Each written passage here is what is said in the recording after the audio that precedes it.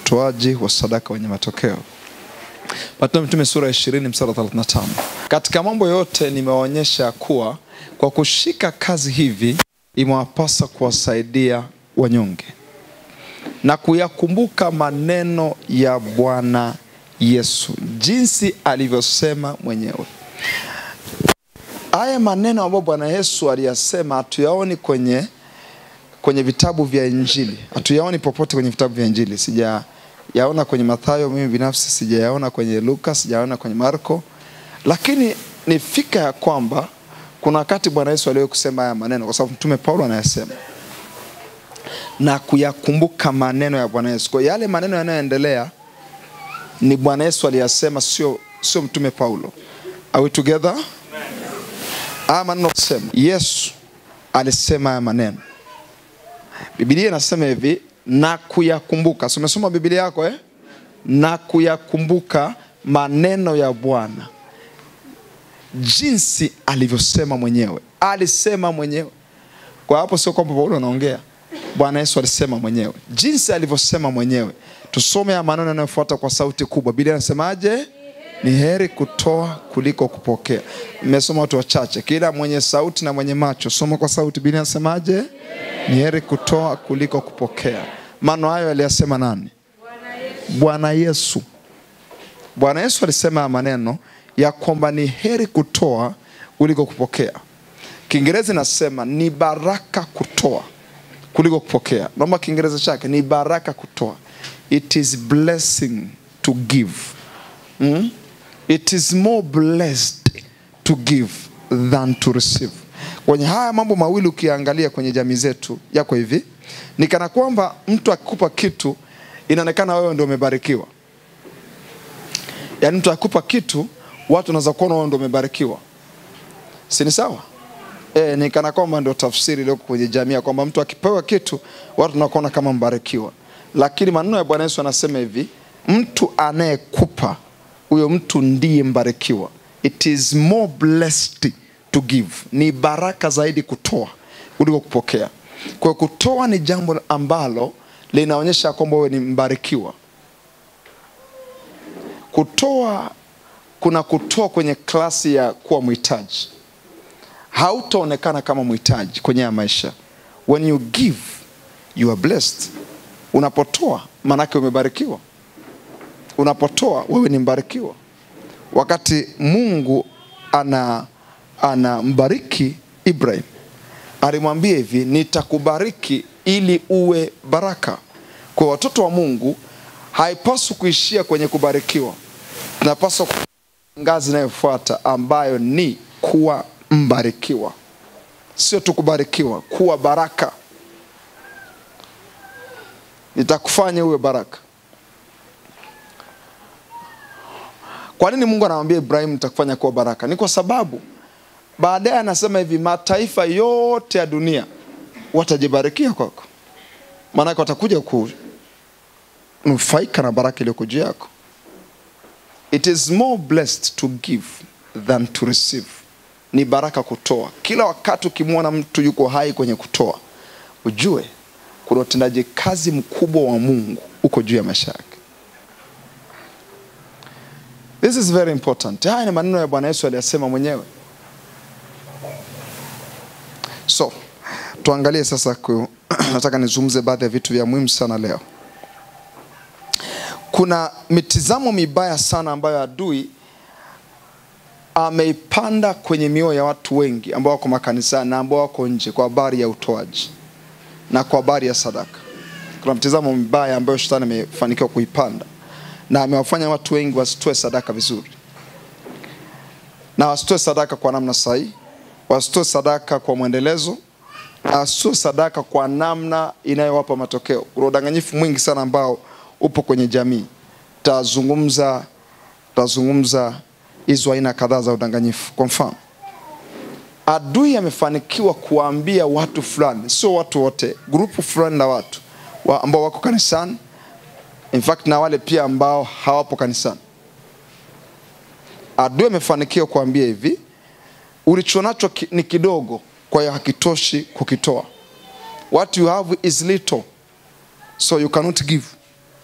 Ulichonacho ni kidogo, kwa hiyo hauwezi kutoa. Nataka mnisikie kwa makini leo. Nataka unisikie kwa makini leo. Hakuna kitu kinaitwa kidogo. Hakuna kitu kinaitwa kidogo. Kwa sababu hata Biblia inakuambia japo mwanzo wako utakuwa ni mdogo, lakini mwisho wako ungeendelea sana. Hakuna kitu kinaitwa kidogo. Nini maana ya kidogo? Ukisema kitu kidogo unamaanisha nini? Kwamba nilichonacho ni kidogo, siwezi kutoa. Kwa hiyo kule kwenye jamii na ndani ya kanisa na jamii nzima ya waaminio, watu waliokoka, wameaminishwa na adui ya kwamba ulichonacho ni kidogo, kwa hiyo huwezi kutoa. Kwa hiyo kama una kidogo, kula kwa sababu huwezi kukitoa. That is a deception. Huo ni udanganyifu mkubwa sana. Yaani udanganyifu mkubwa sana wa adui. Sasa watu wengi kanisani pia leo, akiwa na kidogo hatoi. Akiwa na kidogo hatoi. Kwa sababu adui amemwaminisha kwamba ukiwa na kidogo kazi yako ni kukila. Usitoe kama una kidogo. Huo ni udanganyifu mkubwa sana wa adui. Mtazamo mwingine wa pili ambao ni mbaya sana. Ngoja kwanza nitatue changamoto zangu. Nikitatua changamoto zikiisha nitaanza kutoa. That's a deception. Huo ni udanganyifu mkubwa sana.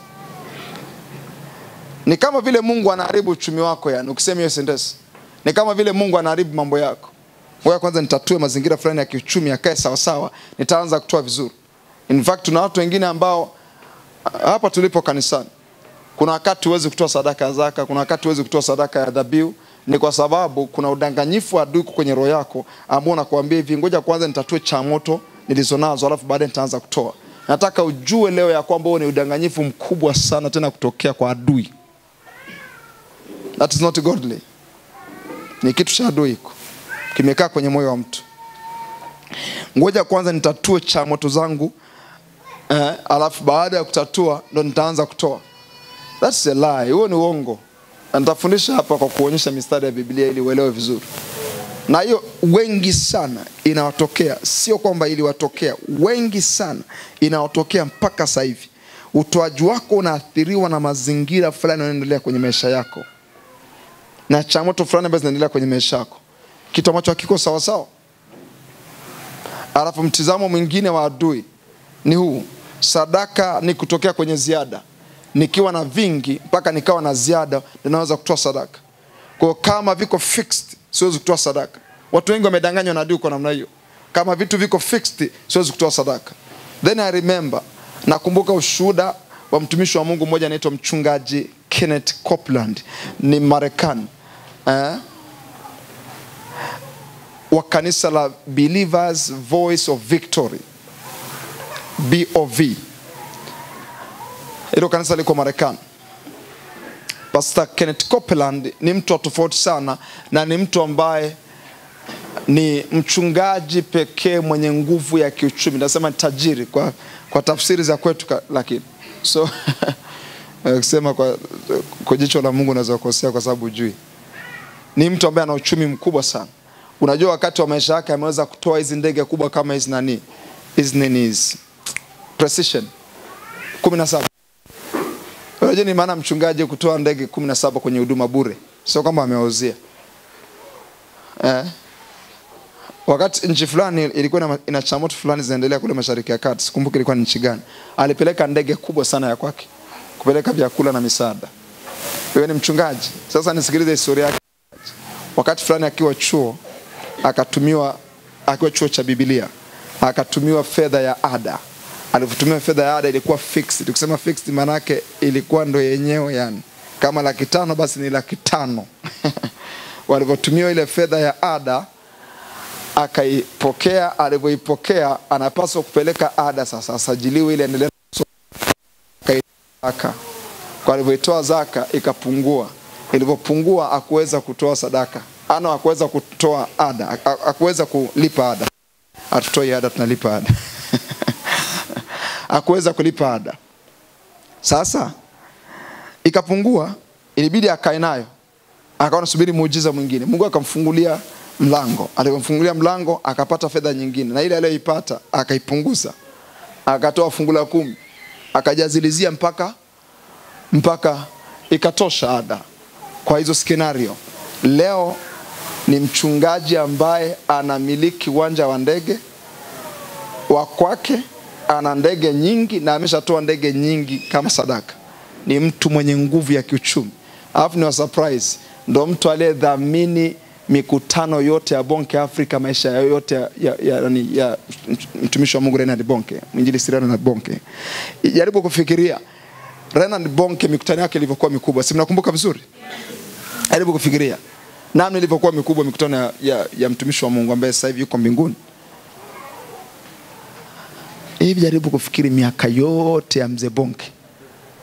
Miaka yote ya mzee Bonke ya kutuhudumia sisi wa Afrika, aliyekuwa na support asilimia 80 au 90 ni Kenneth Copeland. Yani maana hata kama msipotoa wote, yeye Mungu alimwambia mdhamini mtumishi wa Mungu kiuchumi. Na angalia, alianzia kwenye hayo mazingira. Ninamkumbuka mtumishi wa Mungu mmoja nilikuwa namsikia, ni wachungaji wakubwa sana ambao wana matokeo makubwa sana. Mmoja anaitwa David Biomie. Anasema kuna wakati fulani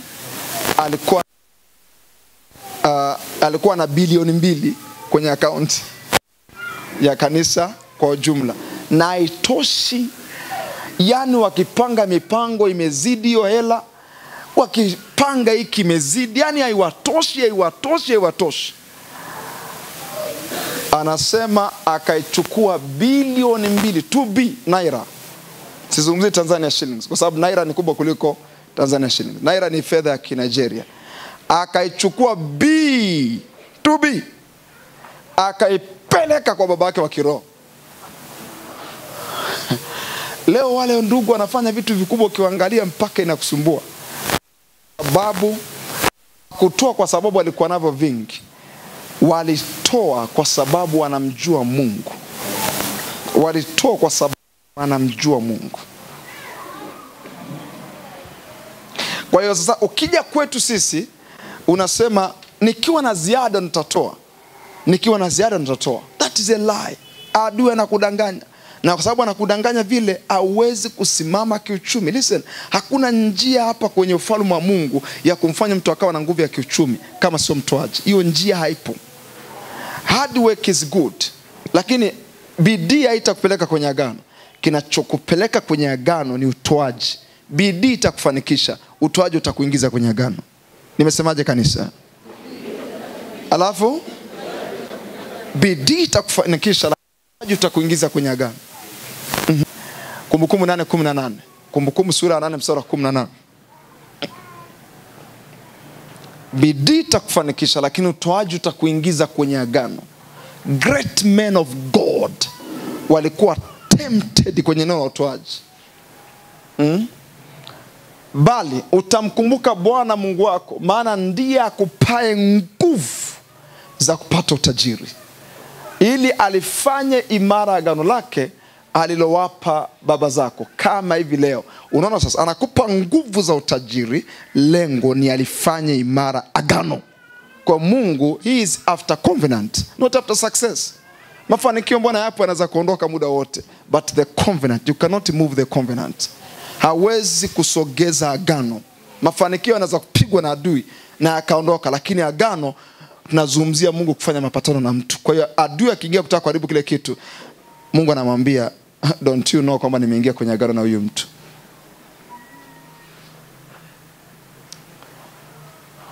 Nimewapa mara kadhaa story ya William Colgate, ambaye ndo mwanzilishi na mvumbuzi wa dawa ya meno inaitwa Colgate. Nimewapa hiyo story. Ni mtu ambaye wakati anaanza kiwanda chake cha dawa ya meno, zamani walikuwa ni sabuni ya meno. Anataka kuanza akiwa anafanya kazi kwenye kiwanda cha sabuni hii ya wanadamu ya kuoga mwili. Akapata idea. Hivi hatuwezi kufanya. Unajua zamani, mnakumbuka zamani tulikuwa tunasukutua meno kwa miti. Mnakumbuka hizo moment? Kwa hiyo huwezi kujua miaka ya nyuma walikuwa wanatumia nini kusafisha meno. Akapata idea. Hivi siwezi kufanya sabuni ambayo itasafisha meno. Bwana, meno yanakuwa machafu. Hatuwezi tukafanya sabuni ya meno. Ndo aipate hiyo idea, aanze kuifanyia kazi, akaanza kuimplement kidogo kidogo. Rafiki yake mmoja akaja akamfuata akamwambia hivi, unajua mimi waga niko hivi, nikisikia habari za mtu nitaenda kumsoma hata masaa 3 mpaka nielewe kila kitu. Rafiki yake mmoja akamwambia hivi unajua kwa sisi wa Kristo kuna kitu kinaitwa sadaka ya zaka. Akamwambia ipi hiyo? Fungua Biblia. Akamfungulia akamwambia soma. Ndio hii hapa. Akasoma kwenye kitabu cha Malaki. Okay. Kwa hiyo nikitoa sadaka ya zaka Mungu atafungua madirisha mbinguni. Na kumwaga baraka mpaka isiwepo nafasi ya kutosha. Kumbe akaanza kupractice. Ndio aanze kutoa 10%. Alipotoa 10% akaona matokeo makubwa sana. Akamfuata rafiki yake akamwambia hamna, hii 10 ni ndogo sana. Mimi nakula 90 zote. Akaanza kutoa 20. Anajikuza. Akafika level akaanza kutoa 30. Akafika level akaanza kutoa 40. Akaanza kutoa 50. Akaanza kutoa 60. Akaanza kutoa 70. Akafika 80. Baadaye akasema sasa mimi nafanya vice versa. Mungu atachukua 90, mimi nitachukua 10. Badala ya Mungu kuchukua 10%, akageuza hiyo kitu. Sasa mnisikilize kwa makini. Hiki ndicho alichokisema William Colgate kabla ya kwenda mbinguni. Alisema hii sentensi ngumu sana kuielewa, kwamba hakuna fedha alitamani kuipata dunia hii kwa kiwango chake na ukubwa wake ambayo hakuipata. Anasema hivi, alikuwa akifikiria kichwani anaikuta kwenye benki. Namna imeingia speechless. Hakuna maelezo ya kutosha. Haya mniambie sasa. Colgate ni pendekezo la madaktari duniani. Yaani madaktari wanapendekeza utumie Colgate. Unafikiri nini kinawafanya? Unafikiri hakuna vigodokta? Hakuna white dent? Hakuna dawa zenu za hapa Tanzania? Mbona ziko nyingi sana? Hakuna dawa za Wahindi? Mbona dawa za Wahindi nyingi sana? Za Wahindi ziko nyingi. Mbona ziko dawa nyingi? Kwa nini Colgate? Kwa nini ukifika dukani kuna aina kama 9 za Colgate? Zipo. Kwa nini uitoi Colgate? Ni kwa sababu Colgate ina agano. Mafanikio yanaweza kupotea lakini agano haliwezi kupotea. Kwa sababu ingekuwa amefanikiwa kuvumbua hiyo dawa ya meno, ingeisha kwenye kizazi chake miaka ile.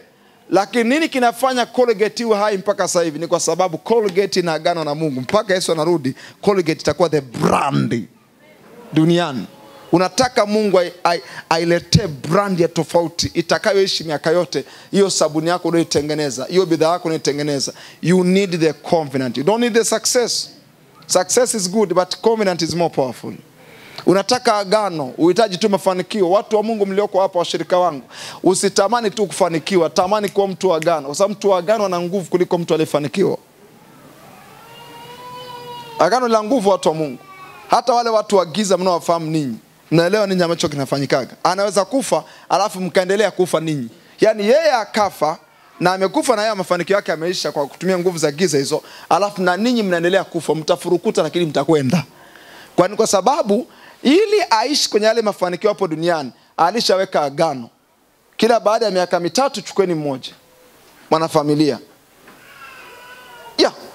Sasa na sisi upande wa nuru, nataka tujue, tusiwe watu shalo. Usiwe mshirika shalo, usiwe mkristo shalo, usiwe mtu wa ewaniwani, uwe mtu wa agano. Nikusanyeni wacha Mungu waliofanya. Haliji automatic, haliji kwa impartation. Waliofanya, unalifanya agano. Haliji kwa uambukizo, unalifanya agano. Zaburi sura 50 mstari wa 5. Zaburi sura 50 mstari wa 5. Waliofanya.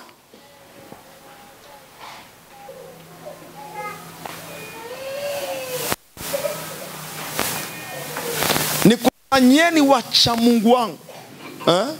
Waliofanya. Hebu sema kwa sauti, waliofanya.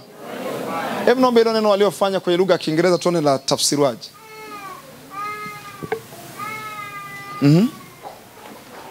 Gather my saints together unto me, though that have made a covenant with me by sacrifice. Tafsiri nyingine, round up my saints who saw on the Bible their loyalty to me. Yani waliapa unyenyekevu wao wote kwa Mungu ya kwamba watafanya vile.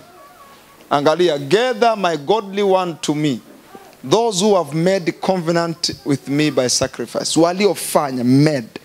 Sio kwamba walipewa, sio kwamba waliwekewa mikono ikatokea. Waliofanya agano na mimi kwa njia ya dhabihu.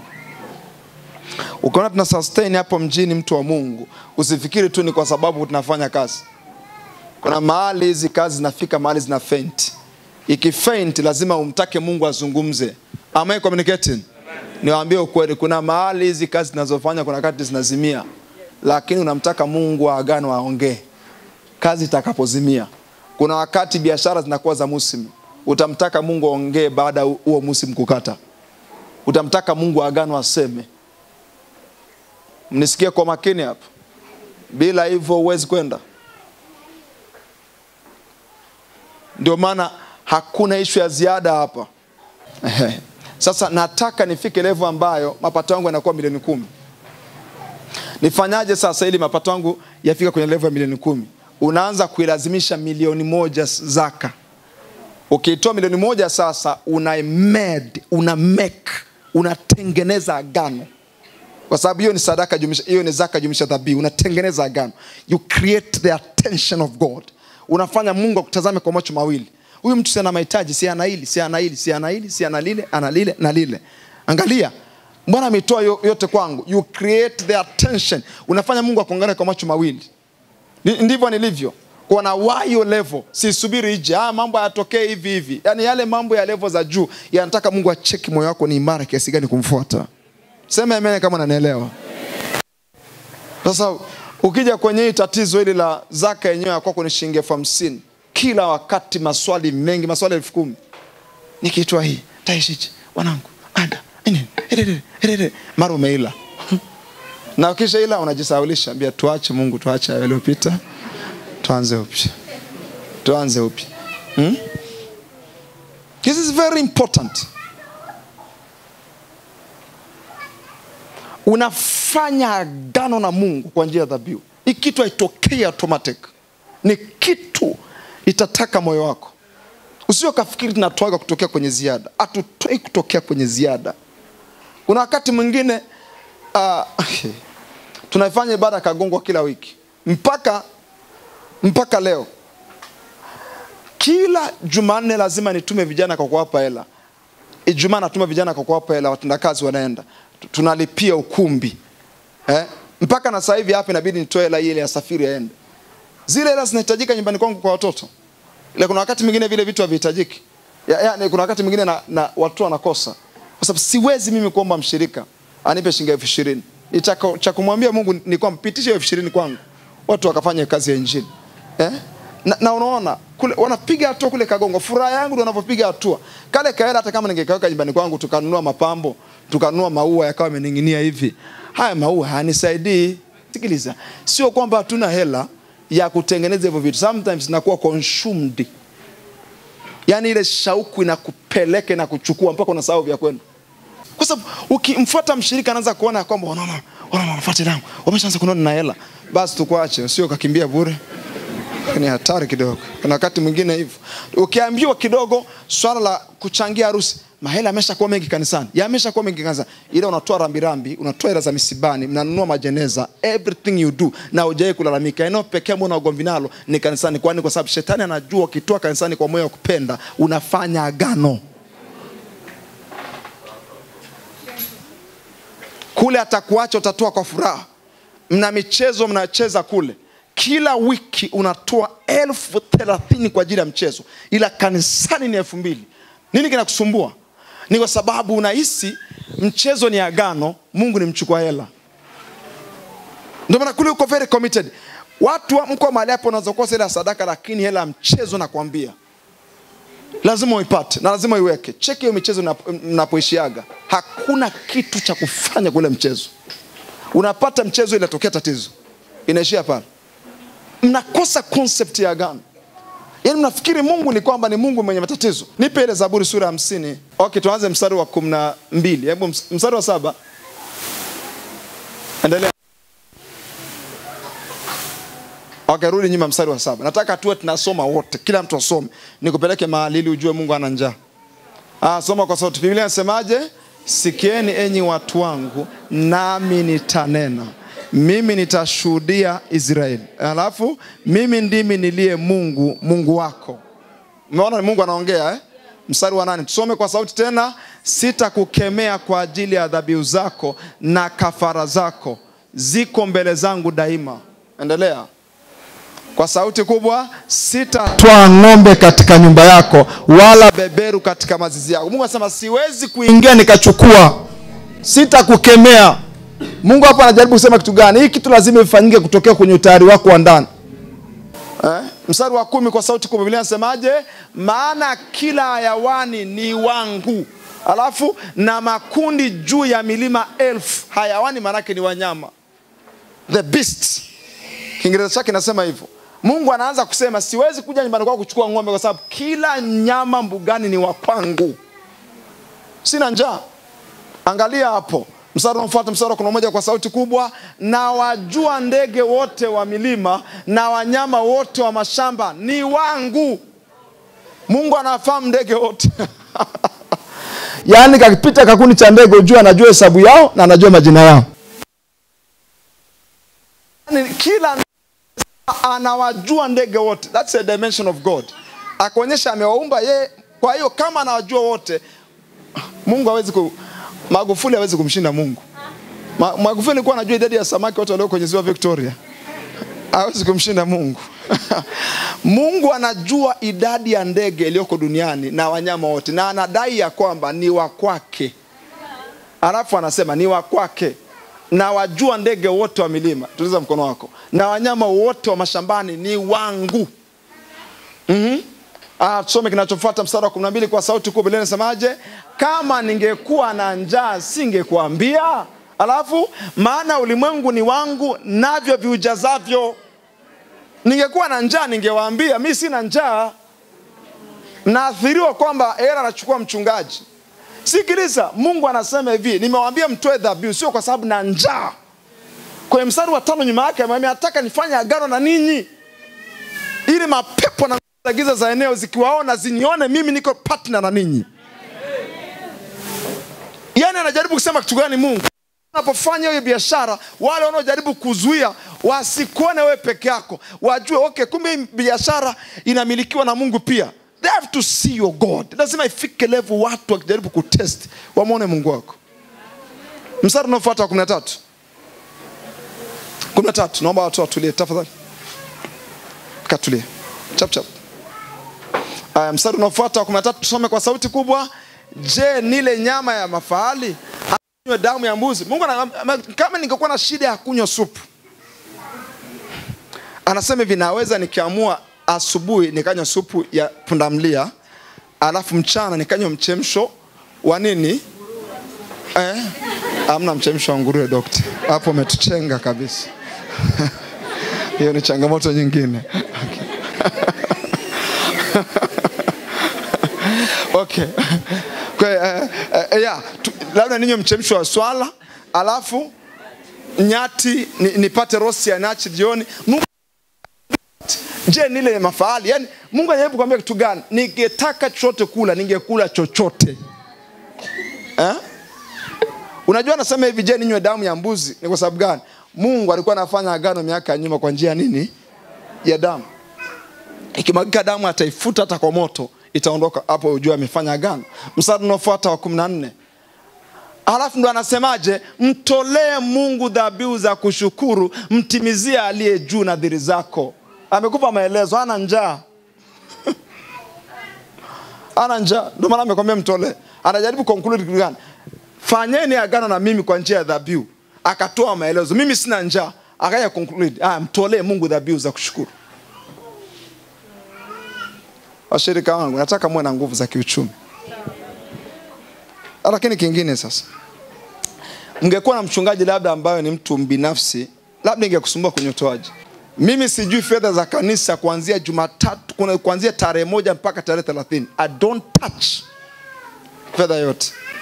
Ungekuwa na mchungaji ambaye unajua tukimaliza ibada ile zikihesabiwa, unaona mke wangu anatoka na mkoba wake amechukua bahasha shukrani, ya kwangu nimeweka hapa mfukoni, sadaka ya zaka, alafu natuona tuko kule BNM tunakula kuku. Hivi kesho unaweza kutoa kweli? Sema hamna. Hapa ni shida kabisa hapa. Tutatoa kwa shida sana. Lakini kama fedha yako haichezewi, kama tunalipa injili watu wanakoka redioni, kama tunafungua matawi Kagongwa, kama tunafanya vitu vya kukujenga wewe, kama tunafanya vitu vya kuadvance maisha yako, kwani usimtolee Mungu kwa uhuru? Sipo hapa kujitetea. Nipo hapa kuambia kwamba ni jambo baya sana kama Wakristo au kanisa la mahali fulani wakaanza kujivuta kwa eneo la utoaji. Ujue hali ya kiroho ya watu itaanza kuharibika kutokea.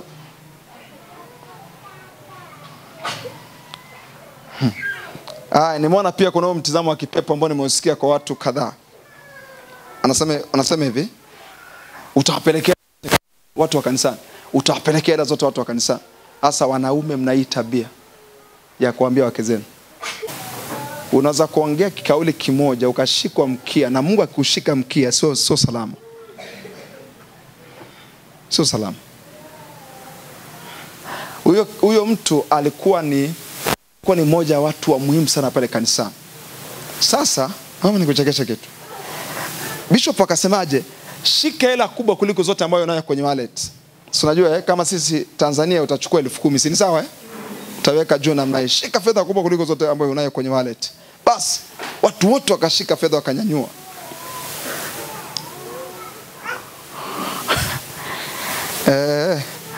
Basi baadaye akawaambia hivi, chukua hiyo fedha uliyoshikilia iweke kwenye miguu, yani chukua iweke hapa chini afu ikanyage. Yeye badala ya kuikanyaga akiweka mfukoni haraka, akifikiri mashemasi watapita, wataanza kuzichukua. Wataanza kuzichukua zile hela. Alikuwa ni mtu anayefanya kazi kubwa, hizi kazi za kimataifa pale Nigeria. Akifikiri, yani imagine, utakuta ni hela ya kawaida tu. Hela kubwa kuliko yote kwenye nchi husika ni hela ya kawaida tu. Waga sio kubwa. Kwa mfano 10,000 ni hela kubwa kweli? Sio kubwa. Akahisi ya kwamba watapita kuchukua. Kwa hiyo akaweka hivi, afu akaweka hivi haraka. Akakanyaga hewa.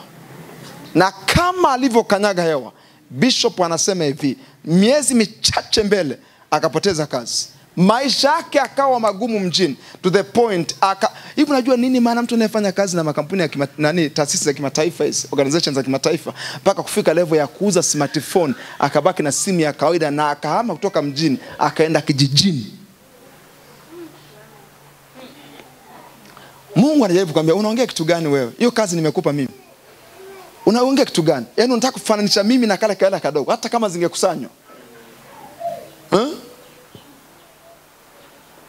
Kuna wanaume mko mahali hapa, mnachojuaga ni kwamba wapelekee hela yao. Hapo umekasirika, wapelekee. Neno moja umeliongea katika ujinga wako, Mungu atakukamata mpaka, na usipokumbuka uliongea vile, moto wake sio mdogo. Mnaongeaga vitu kutokea kwenye uchache wa ufahamu. Wapelekee hela, wapelekee hela. Kwa sisi ni wakusanyaji wa hela. Au wapelekee hela zao.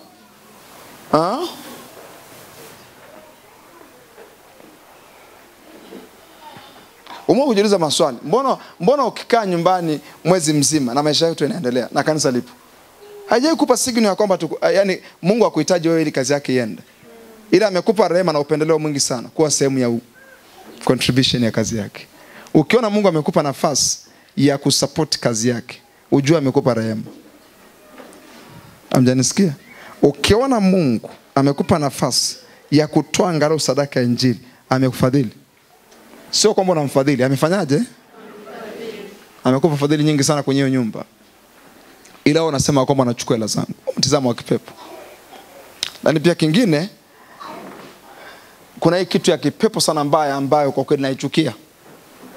Watu wa fedha walikuwa wananiambia hivi, toka tumeondoa kwenye zaka, tumeondoa majina kwamba nimetoa shilingi kadhaa na kuandika. Akasema, wakaniambia imeshuka sana. Nikasema, kwa hiyo kuna watoaji wa show. Yaani akitoa anataka mchungaji aone. Na watu wa fedha kwa ananiambia, wao waliwaambia kwamba waga ninapitia utoaji wenu kila mwezi. Na niwaambia ukweli, sijawahi kupitia hata siku hii. Kwa taarifa yako, nilikuwa sijui natoaji. Mungu pekee ndiye alikuwa anajua natoaji. Kuna watu wengine ambao mpaka asimame mbele au mpaka asimamishwe na anaweza kutoa vizuri. Ila kwa siri nafikiri ndio uchawi na kansa ile kwa makanisani kwenye neno la utoaji. Wazo la kutafuta kutambulika. No.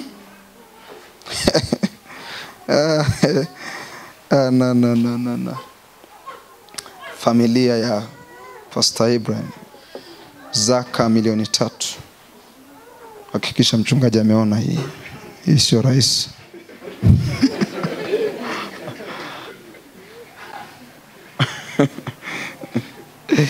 Tuache masuala ya aibu. Tuache masuala ya ajabu. Hii ni kitu mbaya sana. Sasa naomba nizungumze baadhi ya vitu tumalizie. Sadaka haiwezi kuwa na nguvu kama itatolewa kwa ufunuo wa neno la Mungu na ufunuo wa Roho Mtakatifu. Nguvu ya sadaka inaamuliwa na mambo mawili: ufunuo wa neno la Mungu na ufunuo wa Roho Mtakatifu. Andika hiyo. Nguvu ya sadaka inaamuliwa na mambo mawili: ufunuo wa neno la Mungu na ufunuo wa Roho Mtakatifu. Ufunuo wa neno la Mungu na ufunuo wa Roho Mtakatifu. Nguvu ya sadaka inaamuliwa na vitu viwili: ufunuo wa neno la Mungu na ufunuo wa Roho Mtakatifu. Sasa kama una ushirika mbaya na Roho Mtakatifu, utoaji wako utakuwa mbaya. Kama usomagi Biblia, utoaji wako utakuwa ni mbaya. Nikwambia ukweli. Kwa sababu ukimjua Mungu sana, utatoa kwa uhuru na utatoa in the liberty of your spirit. Utatoa kwa uhuru wa roho yako na kwa furaha na uchangamfu wa ndani, ukimfahamu Mungu wa agano wa Biblia, namna anafanyaga mambo yake. Kwa watu kama hao, vitu viwili: kuna ufunuo wa neno la Mungu na ufunuo wa Roho Mtakatifu. Na kuambia, usipokuwa na hivi viwili, utatoa chenchi ya bajaji, utaplani utoaji wako kanisani. Imagine this guy anakuja kutoa kanisani, alafu anahesabu hela. Si mnafahamu vidole vya Watanzania vinajua kuhesabu hela? Hii ni 10,000, ni 1,000. Kwa hiyo anakuja kutoa sadaka hapa, anahesabu 1,000, 2,000, 5,000, 10,000. Alafu akivuta hivi, amevuta 1,000. Semirako. Kuna watu wanatoaga sadaka hapa. Ndio wale ambao nilisema Jumapili iliyopita, wanatoa viela vimejikunja kwa sababu akaheshimu. Yeye mwenyewe akaheshimu. Nguo inayoheshimiwa ni nguo ambayo imekaa kwenye enga, kwenye kabati. Lakini nguo ile ijikunja iwage nakaa wapi?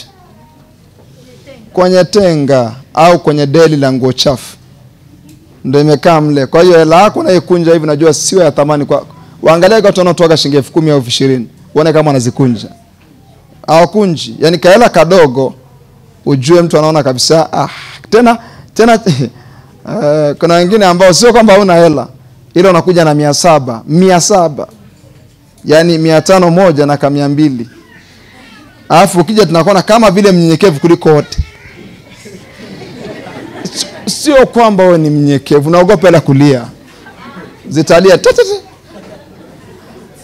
mambo ya ajabu haya nitawasimulia kisanga kimoja kidogo kutokea kwenye kanisa fulani wakati nililea miaka nyuma kidogo.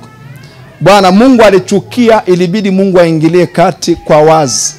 Siku moja watu wametoa sadaka na mimi nimekaa kule nyuma naangalia. Mtoto mmoja akaenda naye kutoa sadaka.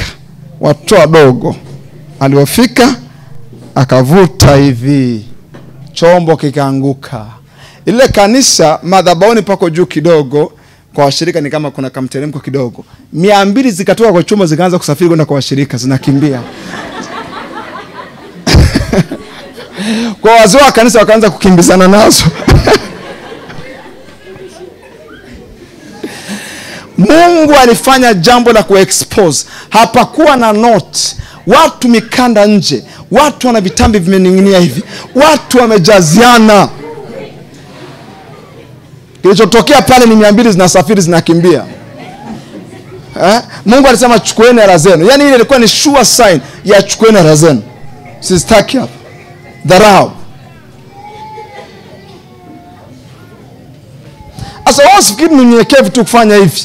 Wakati umeweka vocha, umeongea Kisukuma na Kiswahili na Kiingereza kwenye simu. Umefanya mambo yote, umeingia kwenye mtandao. Alafu unakuja kutoa eti kwa unyenyekevu 500. Toa ndugu, toa ulicho nacho. Ni wakati wa kujireprogram. We have to reprogram ourselves. Ni wakati wa kujiweka sawa. Sema amen. Wakati mzuri wa kutoa sadaka. Nisaidie kuandika chap. Nina dakika 7 za kuongelea hiki. Na nitakuwa nimemaliza. Wakati mzuri wa kutoa sadaka ni wakati upi? Wakati mzuri wa kutoa sadaka ni wakati upi? The right time to give. Wakati upi ni wakati wa kutoa sadaka? Wakati upi ni wakati mzuri wa kutoa sadaka? Andika wakati mzuri wa kutoa sadaka. Moja, wakati unavyo vichache. Wakati unavyo vichache, huo ni wakati mzuri wa kutoa sadaka. Kwa sababu ukifanya vile, Mungu wa agano ataanza kushughulika na kichache na kukikuza. Wakati unavyo vichache, Mungu ataviona katika uchache, ataviona kama mbegu. Andika hiyo point. Wakati unavyo vichache, Mungu ataviona kwenye uchache, ataviona kama mbegu. Mkiwa na imani kiasi cha punje ya haradali. Punje ya haradali. Mungu anazungumzia kitu gani? Anazungumzia imani kama mbegu. Na hapa ninaposema wakati mzuri wa kutoa sadaka ni wakati unavyo vichache. Mungu atakiangalia kile kichache kama mbegu ya kupanda. Wewe utasema ni kichache, lakini Mungu ataona kama mbegu ya kupanda. That little one is a seed. Unaweza kuipeleka kwenye udongo ambao ni uwepo wa Mungu. Kile kidogo ulichonacho, nisikizeni kidogo, niangalieni. Naomba utulivu kidogo. Tulivu. Nisikizeni kwa makini. Kile kidogo ulichonacho, tafsiri ya Mungu ndio hii hapa. Kile kidogo ulichonacho kinaitwa dhabihu. Andika hiyo point. Kile kidogo ulichonacho kinaitwa dhabihu. Kwa hiyo kama ulikuwa na 10,000 ambayo ni fedha ya mwisho, ukamtolea Mungu shilingi 5,000, Mungu anaona umetoa dhabihu. Kwa sababu ni kidogo ulichonacho. Kama ulikuwa na 5,000, ukamtolea Mungu shilingi 2,000, kile kidogo ulichonacho Mungu anakiona dhabihu. Yamkini usifanane na mimi, nitakayetoa shilingi 50,000. Lakini wewe kama umetoa, tuke kwenye uchache, una shilingi 2,000 ukatoa shilingi 1,000, Mungu anaita dhabihu. Kile kidogo ambacho utakitoa, mbinguni anakiita dhabihu, kwa sababu ni cha mwishoni. And this, it needs faith. Na hii inahitaji imani. Kidogo utakachotoa kitakuwa ni mbegu ya kupeleka kwenye wingi. Listen, Marko sura ya 12 mstari wa 42 hadi mstari wa 44. Na wafundisha vitu vya muhimu sana shirika wangu. Mfanyie kazi, mtakuwa watu wakuu. Mfanyie kazi. Marko sura ya 12 mstari wa 42. Marko sura ya 12 mstari wa 42. Marko sura ya 12 mstari wa 42. Marko sura ya 12 mstari wa 42. Mwangalie Yesu, cheki mtizamo wa Yesu, cheki tafsiri ya Yesu, cheki akili ya Bwana Yesu. Akaja mwanamke mmoja mjane maskini. Naomba rudi nyuma kidogo kwenye mstari wa 40. Naye akaketi kulielekea sanduku la hazina, akatazama jinsi mkutano watiavyo sema mapesa. Sema kwa sauti, mapesa. Katika sanduku. Matajiri wengi wakatia mengi. Yesu alienda akaketi kulielekea sanduku, akawa anaangalia namna watu wanatoa. Na Yesu Kristo ni yeye yule leo na hata milele. Kwa kama aliwahi kukaa kwa chombo cha sadaka, akakaa kuelekea chombo cha sadaka, ujue mpaka leo uketi kuelekea chombo cha sadaka. Afu anaangalia namna wanavyotoa. Cheki, anaangalia matajiri, anaangalia watu wakati wanavotesa mengi kwenye sanduku, wanatia mapesa mengi.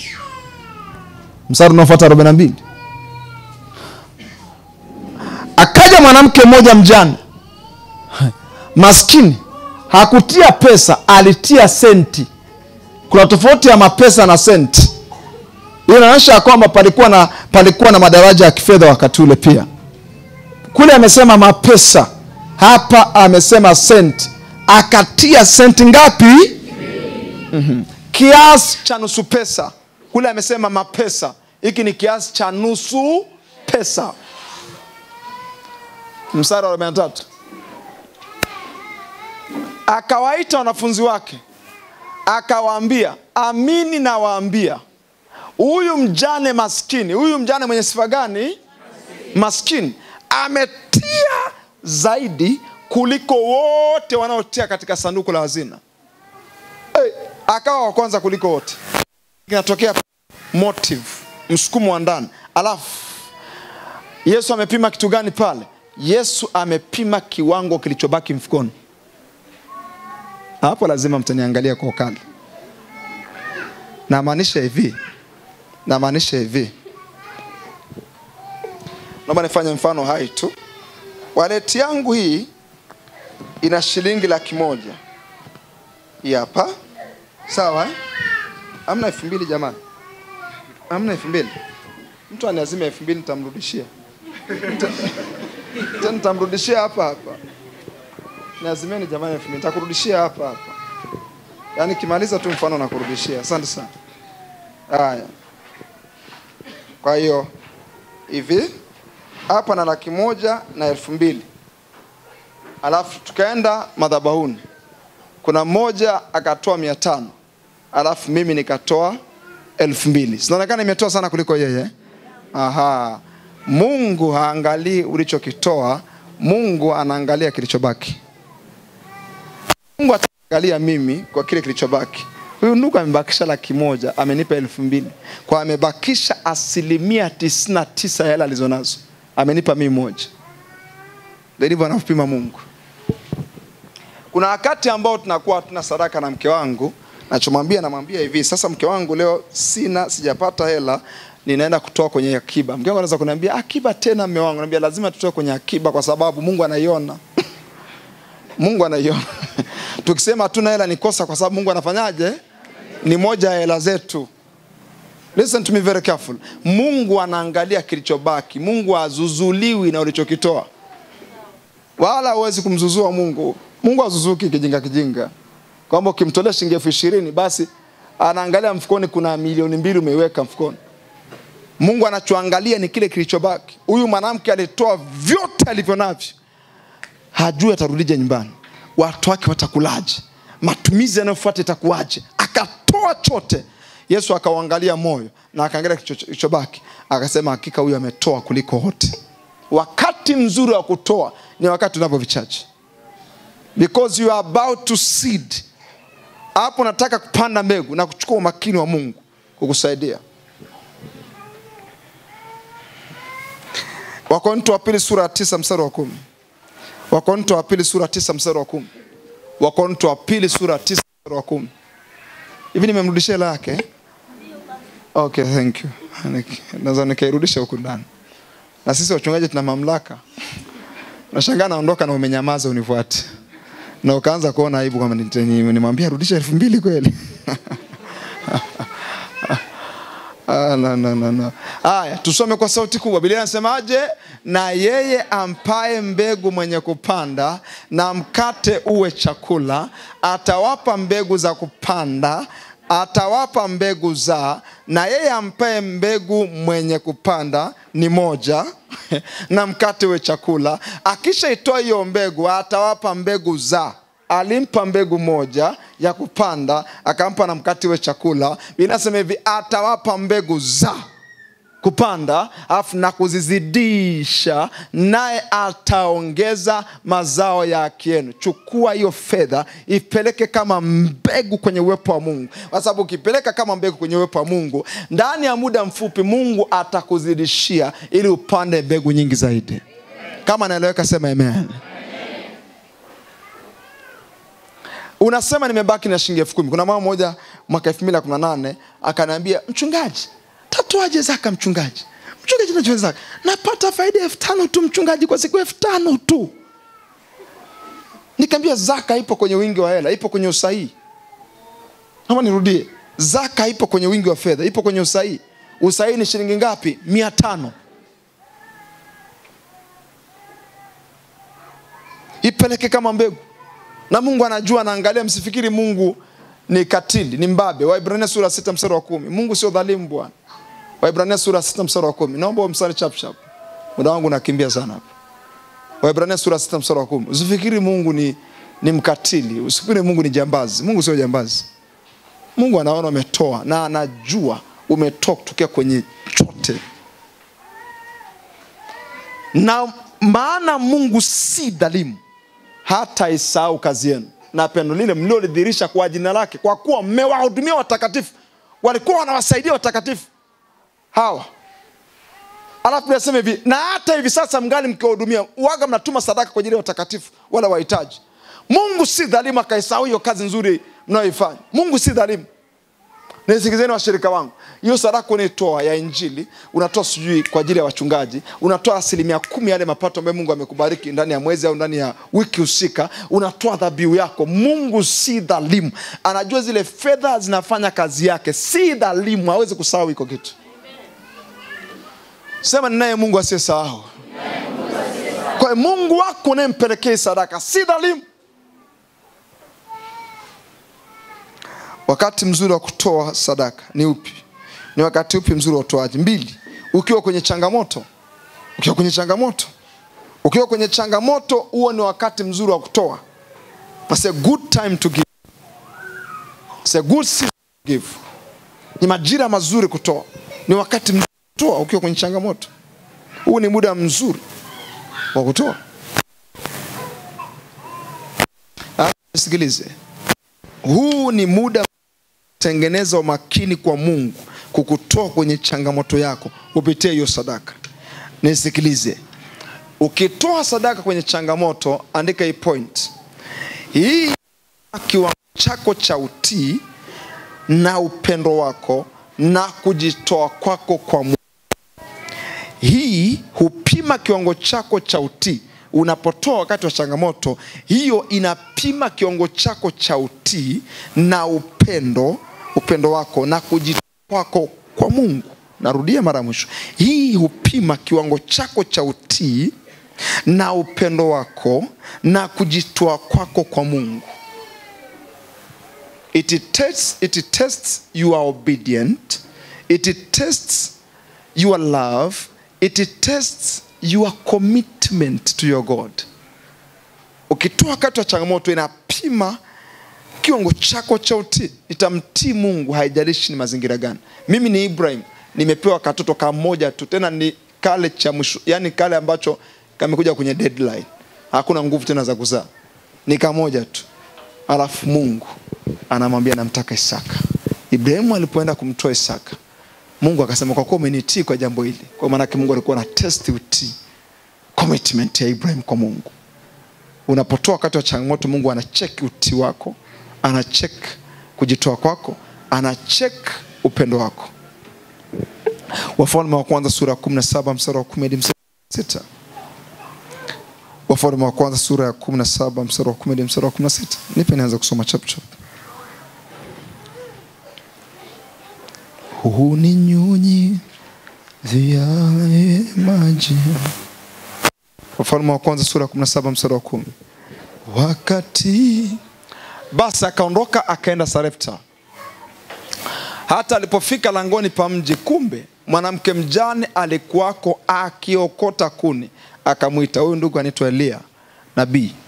Akamwambia, niletee na kuomba maji kidogo chomboni nipate kunywa. Nisikize kwa makini. Don't ever forget. Watu wengi hujua sadaka ya mkate, ila watu wengi usahau sadaka ya maji. Palikuwa na njaa, palikuwa na ukame. Nisikizeni kwa makini. Watu wengi ukumbuka sadaka ya mkate aliyotengenezewa, ila usahau sadaka ya maji. Hapa palikuwa na ukame, palikuwa na njaa inaendelea. Kwa hiyo hata maji ilikuwa ni issue kuyapata. Palikuwa na ukame wakati huo. Akamwambia, niletee na kuomba maji kidogo chomboni nipate kunywa. Endelea mstari wa 11. Alipokuwa akienda kuleta, unamwona huyu mtu wa Mungu yani mwanamke anaenda kumletea maji. Kwa mwanamke maji ilikuwa ni sadaka. Maji ilikuwa ni sadaka. Alipokuwa akienda kumletea maji, akamuita akasema, niletee na kuomba kipande cha mkate mkononi mwako. Huyu mtu wa Mungu anaagiza hivyo akijua kuna njaa inaendelea. Na akijua amekutana na mjane. Tena sio kwamba amemkuta kwenye gari, amemkuta akiokota kuni. Yani sawa na wewe umkute mama mmoja hivi amejifunga kanga moja tu hivi, anaokota vimiti vya kwenda kupika, alafu kaanza kumpa maagizo mazito kama haya. Angalia mstari unaofuata wa 12. Naye akasema, kama Mungu wako aishivyo, sina mkate, alafu ila konzi ya unga katika pipa na mafuta kidogo, hemsema kidogo, katika chupa. Nami ninaoka kuni 2. Hivi unajua chakula cha kuni 2 kikoje? kidogo sana, ili niingie nijipikie nafsi yangu na mwanangu, tule tukafe. Nisikilizeni watu wa Mungu. Mungu anamwangalia huyu mjane, anataka amokoe na kufa, anataka amokoe na changamoto hiyo ya kufa. Mungu anamtazama huyu mjane. My good God, nisikilize hapa kama una masikio. Mungu anakutazama wewe, umebakisha cha mwisho, ndio unaingia kwenye kufa. Yamkini kufa kiuchumi, yamkini kufa kwenye neno fulani. Angalia Mungu anachokifanya. Mstari wa 13. Elia akamwambia kwa sauti kubwa, akamwambia, na hii ndio habari njema kutoka kwa Mungu kwako, ya kwamba usiogope. Kutana haya mazingira, usiogope, fear not. Enenda ukafanye kama ulivyosema. Alisema hivi, aenda kukanda unga, atengeneze mkate mmoja, waule wafe. Kwa akamwambia, enenda ukafanye kama ulivyosema. Mara hii sio kwenu, kwangu. Ila bwana, minge kwa Elia nisingeweza. Elia ana imani. Elia ana imani nzito sana. Hivi najua kabisa wewe ni mjane na mtoto. That was faith. Uwezi mwanaume mtu mzima unaenda pale kwenye nyumba ya mwanamke kama yule na anakupa maelezo mazito kama haya. Na unaendelea mbele. Hii ilitaka imani kubwa sana. Lakini unifanyie kwanza mkate mdogo kaniletee. Alafu kisha ujifanyie nafsi yako na mwanao. Sasa umeambiwa hivi, mkate ule mmoja utamtosha yeye na mwanae. Unamwambia akufanyie wewe ule, alafu ujifanyie sasa wewe na mwanao. Unaona kuna changamoto pale. Endelea. Mstari wa 14. Kwa kuwa Bwana Mungu wa Israeli asema hivi, karabashanda. Lile pipa la unga halitapunguka, wala ile chupa mafuta haitaisha, hata siku ile Bwana atakapoleta nini? Mvua juu ya nchi. Maana hapakuwa hata na mvua. Ndio maana nilikwambia maji yalikuwa ni sadaka pia. Mstari unaofuata 15. Basi akaenda akafanya kama Bwana alivyosema. Usifanye kama hisia zinavyokuambia. Usifanye kama mazingira yanavyokuambia. Naomba mnisikilize wote. Usifanye kama mazingira yanavyokuambia. Usifanye kama hali zinavyokuambia. Fanya kama Bwana alivyosema. Na yeye mwenyewe na Elia na nyumba yake, no, umerusha mstari bwana. Basi akaenda akafanya kama alivyosema Elia. Hiyo mwanamke utii huo, si ni sawa Nimekwambia kwa wakati wa changamoto Mungu anatesti utii wako. Huu ni utii. Akaenda akafanya kama alivyosema Elia. Yeye mwenyewe Elia yuko ndani hajaondoka, unajua. Elia na nyumba yake na yule mtoto wakala. Hebu sema kwa sauti, wakala. Sema tena kwa sauti. Wakala siku ngapi? Nyingi.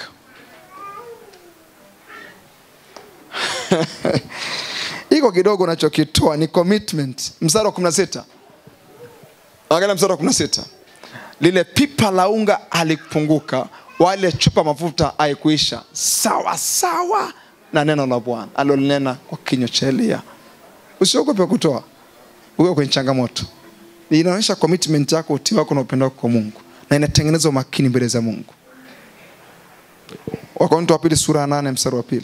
Maana walipokuwa wakijaribiwa kwa dhiki nyingi, hao ni wa Makedonia, wingi wa furaha yao, nataka muone kanisa, na umasikini wao uliokuwa mwingi uliwaongezea utajiri na ukarimu wao. Hii inashangaza sana. Hawa ndugu ni watu special mno. Yaani wingi wa umasikini unakuongezeaje ukarimu?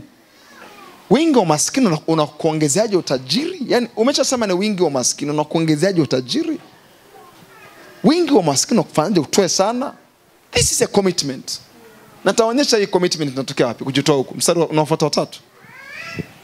Maana nawashuhudia kwamba, angalieni washirika wangu, kwa uwezo wao, yani kile ambacho nakimudu, na zaidi ya uwezo wao, na kwa yari yao wenyewe, walivitoa vitu vyao, hawakusukuma na mtu. Mstari unaofuata. Wakituomba sana pamoja na kutusi kwa habari ya neema hii na shirika hili la kuwahudumia watakatifu. Na wakati pale kwa sema hivi, jamani, nyamoni mazingira yenu yalivyo magumu. Wanamwomba Paulo, hapana usiangalie mazingira bwana. Wewe usiangalie bwana, sisi nataka tu tuwasaidie wale maskini walioko Yerusalemu. Sasa mtawasaidiaje na nyinyi mna mazingira magumu? Hapana, tuingize kwa hilo shirika bwana, sisi nataka tuingize. Na nyinyi mnaona mlivyo na hali ngumu, mazingira ya kiroho ni mabaya, mnapingwa kwenye hilo eneo, hamfanyi kazi kwa uhuru. Tuingize bwana kwenye shirika, sisi tunataka. Paulo inabidi awaache. Mstari unaofuata wa 5. Tena walitenda hivi si kama tulivyotumaini tu, kama vile tulivyosema kwa mfano sadaka ya ujenzi. Tulitumaini utupe milioni kwa sababu umeahidi hivi. Wenyewe hivi, bali kwanza walijitoa nafsi zao kwa nani? Huko ni kujitoa nilisema. Inapima utii, upendo na kujitoa. Walijitoa nafsi zao kwa Bwana. I feel the anointing. Na kwetu pia, na kwa mapenzi ya Mungu. Ni vitu vingapi? Vitatu. Cha kwanza, walijitoa kwa Bwana, walijitoa kwa kina Paulo, walijitoa kwa mapenzi ya Mungu. Kama ni leo unajitoa kwa kile ambacho nimekisema mimi, jamaa tuna program ya radio au tuna ujenzi, hiyo ni moja. Unajitoa kwa Bwana aliyoko nyuma hizo program, alafu unajitoa kwa mapenzi ya Mungu aliyoko nyuma ya utoaji. Commitment. Kumbe kujitoa kwa mtumishi wa Mungu ni jambo sahihi. Biblical. Endelea kinachofuata. Hata tukamwonya Tito, acha iko kinachoendelea. Utasoma mwenyewe. 3. Wakati unataka Mungu ajifunue kwenye jambo fulani, unapotaka Mungu ajifunue kwenye jambo fulani, unataka muujiza Mungu ajifunue kwenye jambo fulani, toa sadaka. Give. Tunasema ni wakati gani mzuri wa kutoa sadaka? Wakati unataka Mungu ajifunue kwenye jambo fulani. Wafalme wa kwanza sura 18 mstari wa 30 hadi mstari wa 39. Hiyo kwa kale sitaelezea, nenda kasome. Ni Elia alipotaka Mungu ajifunue, alitoa dhabihu. Alitoa dhabihu.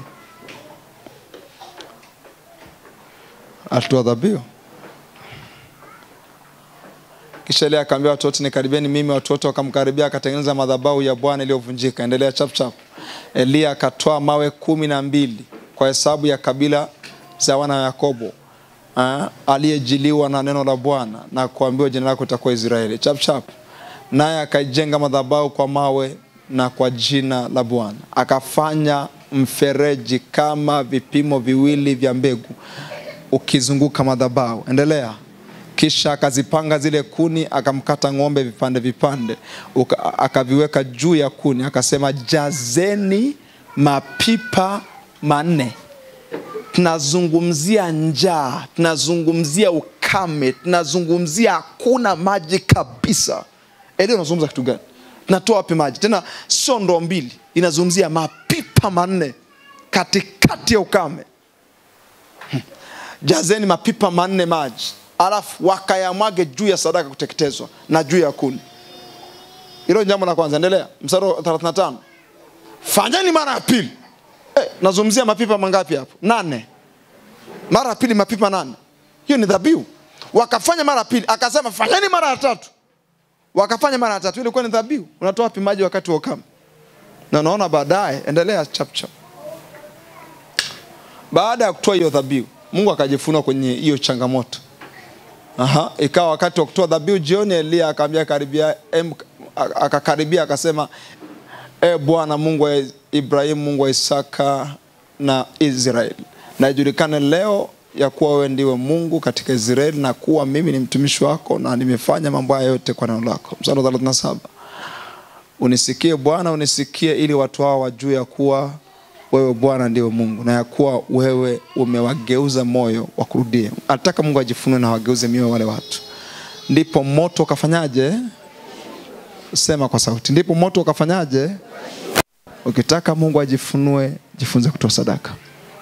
Ukaiteketeza sadaka ya kuteketezwa na kuni na mawe na mavumbi, ukayaramba yale maji yaliyokuwamo katika mfereji. Ukitaka moto ushuke au udhihirisho Mungu ukusaidia kwenye jambo fulani, toa sadaka. 4 na mwisho kwa leo, unapotaka neema ya kutenda mambo makuu, unapotaka neema ya kutenda mambo kwa viwango vya juu zaidi, unapotaka neema ya kufanya au kutenda mambo kwa viwango vya juu zaidi, unapotaka neema ya kufanya mambo kwa viwango vya juu zaidi, unapotaka kuongezewe neema uanze kufanya vitu vikubwa zaidi ya vile ambavyo ulikuwa unavifanya, inataka sadaka. Wakorintho wa pili sura 9 mstari wa 8, na Mungu aweza kuwajaza kila neema kwa wingi, ili ninyi mkiwa na riziki za kila namna siku zote mpate kuzidi. Ukitaka kuzidi, Mungu lazima akuongezee neema. Na ukitaka Mungu akuongezee neema, jifunze kwanza kutoa. Unapotoa, Mungu anaongeza neema, neema ya kiutendaji, neema ya kufanya mambo makubwa zaidi ya yale ambayo ulikuwa unayafanya. Kwa hiyo nisikilize, ukitaka neema iongezeke, uanze kushika fedha kubwa zaidi ya ile ambayo ulikuwa unashika, faida kubwa zaidi ya ile ambayo ulikuwa unashika. Inataka commitment ya kutoa. Ukitaka viwango vyako vipande, inataka commitment ya kutoa. Ukitaka viwango vyako vya kiuchumi vipande, inataka commitment ya kutoa. Ukitaka Mungu akuongezee uwezo, functionality, uwezo wa kiutendaji kwenye mambo fulani, inataka utoaji. Utoaji ni muhimu. Utoaji ni muhimu kukua na kubadilika kulingana na kiwango cha ukuaji wa mtu. Nisikilizani mambo ya kuyanoti tu ya muhimu. Ukuaji ni muhimu, ukabadilika kulingana na kiwango cha mtu cha ukuaji. Upo kanisani miaka 2, tunatarajia ukuaji wako, natarajia utoaji wako umebadilika. Naongea na maisha ya watu. Naamini bado uko mahali hapa. Ni muhimu unavyokuwa na utoaji wako ubadilike, mtu wa Mungu. Huwezi ukaa hapa kanisani umefunga agano na shilingi 2,000. Maana yake ukui kiuchumi. Na kama unakuwa kiuchumi na unaendelea kutoa vile, you are stingy. Wewe ni mchoyo. Na kama ni mchoyo, Mungu atapeleka juu wapi mtu mchoyo? Akafanya nini juu? Sikiliza, ukikaa kanisani, kadiri unazidi kukua kiroho, lazima pia na ukuaji wako ubadilike. Kwa sababu pendo la Mungu lazidi kuwa jingi kwako. Unazidi kuwa katika pendo la Mungu. Kama lazidi kuwa ndani, lazima utoaji wako ukue. Na kuwa kutokana na viwango vyetu vya kumpenda Mungu vinavyokuwa ndani. Lakini pia ni muhimu utoaji wako kubadilika kulingana na maelekezo ya wakati ya Roho Mtakatifu. Roho Mtakatifu anataka nini kwako wakati fulani. Usipende kuwa fixed. Be flexible to the Holy Spirit. Jifunze kugeuzwa na Roho Mtakatifu. Kuna wakati Roho Mtakatifu atakutaka uanze kutoa sadaka kwa namna fulani. Mimi waga ni hivi. No, utakosa level fulani, utakosa viwango fulani. Nimesema hivi, ukabadilika kulingana na maelekezo ya wakati ya Roho Mtakatifu. Kuna wakati mwingine Roho Mtakatifu atakupa maelekezo, mwisho wa mwezi ufanye kitu. Mwingine utakuta Mungu anaanza kuambia kibinafsi, kila mwisho wa mwezi toeni dhabihu ya kumshukuru Mungu. Kuna wengine Mungu akawapa maelekezo, mfanye hili na hili kwenye sadaka. Sadaka lazima iende kwa ufunuo wakati wa Roho Mtakatifu. Haipaswi kuwa fixed. Si tunatoaga hivi, no. Wewe ni uchanga. Ukafanyika kwa kuitazama kesho na sio leo. Ni muhimu utoaji ukafanyika kwa kuitazama kesho sio leo. When you give, angalia kesho. Yaani unapotoa sadaka ujue unaiwahi kesho. Lazima uiangalie kesho. Ukiangalia leo huwezi kutoa. Ni muhimu kaangalia kesho. Ukiangalia kesho utatoa. Mungu aliye hai, katika jina la Yesu, pokea sifa na heshima na utukufu. Asante kwa ajili ya neno lako. Mshukuru Bwana Yesu kwa maana kwenye chako. Tunakubariki Bwana. Panda ndani ya moyo wa watu wako hawa. Utii, panda upendo, lakini panda kujitoa katika jina la Yesu. Endelea kunena kwa lugha ukiomba na kumshukuru Mungu. Usinyamaze. Ni muhimu sana kila mtu baada ya kusikiza neno la Mungu, tunapomaliza jifunze kuomba na kumshukuru Mungu. Mungu aweke kitu ndani yako kuanzia sasa. Yes, may you improve. Ubadilike na Mungu aanze kujivunia wewe kwenye ile eneo. Father, we bless you. Tunakuabudu, tunakutukuza katika jina la Yesu Kristo wa Nazareth aliye hai. Katika jina la Yesu, katika jina la Yesu. Weka mikono yako miwili juu. Ninakuombea kwa jina la Yesu. Uanze kumzalia Mungu matunda. Utoke kwenye 30, uende kwenye 60, toka kwenye 60, uende kwenye 100. Ninakuombea mmoja watu ambaye Mungu atajisifia kwenye kizazi hiki. Mungu ajisifie wewe. Ninakuombea katika jina la Yesu, utembee kila wakati ukimwona Mungu akijifunua kwa upya kila wakati. Ninakuombea kwa jina la Yesu, uone viwango vyako vya kiuchumi vinapanda siku hadi siku. Ninakuombea katika jina la Yesu, Mungu akutoe kwenye utoaji wa kawaida akupeleke kuwa mtu wa agano. Ninakuombea katika jina la Yesu, Mungu afike mahali ajipige kifua na kusema namjua fulani, nikipeleka project fulani anaweza kuifanya peke yake. Ninakuombea hiyo neema ije kwako. Hatuhitaji watu 10 wa kujenga kanisa. Mungu anaweza kupitisha baraka ikaja kwako na ukajenga peke yako. Pokea hiyo neema kwa jina la Yesu. Hatuhitaji watu 10 wa kutoa sadaka ya injili. Mungu anaweza kufanya peke yako ukaitoa na kwa kurelax na bila kupata shida. Pokea hiyo neema kwa jina la Yesu. Mungu akuinue leo, akuinue kiufahamu sasa na yale uliyosikia. Mungu akuinue ndani ya commitment, kwa namna ya kujitoa. Mungu akuinue kwa namna ya kujitoa. Anapoona watu wanaojitoa, akuone wewe namna unavyojitoa. Ninakuombea uvute umakini wa Mungu katika jina la Yesu. Kama umeamini hayo, mpigie Yesu makofi.